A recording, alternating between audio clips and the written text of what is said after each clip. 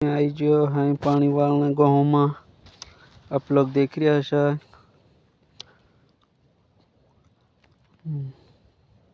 ये पानी जाए नाकवा दो, ये पावड़ो पड़ रही है और सब पुठला आडो दे देणु।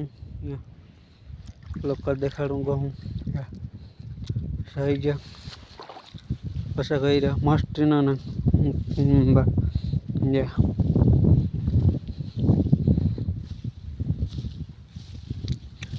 आप लोग का गेहूं देखाड़ रही हो।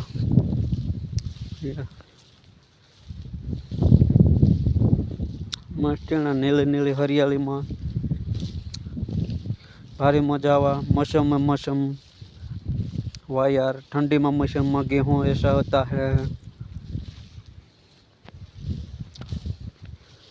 वाह यार, मौसम मौसम पर जीव कैसा ठंडा रहता है। ये आप लोग देखी थे ऐसा।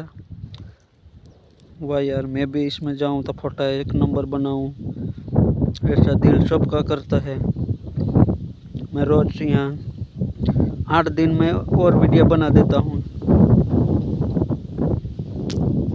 8 दिन में यह गाँव।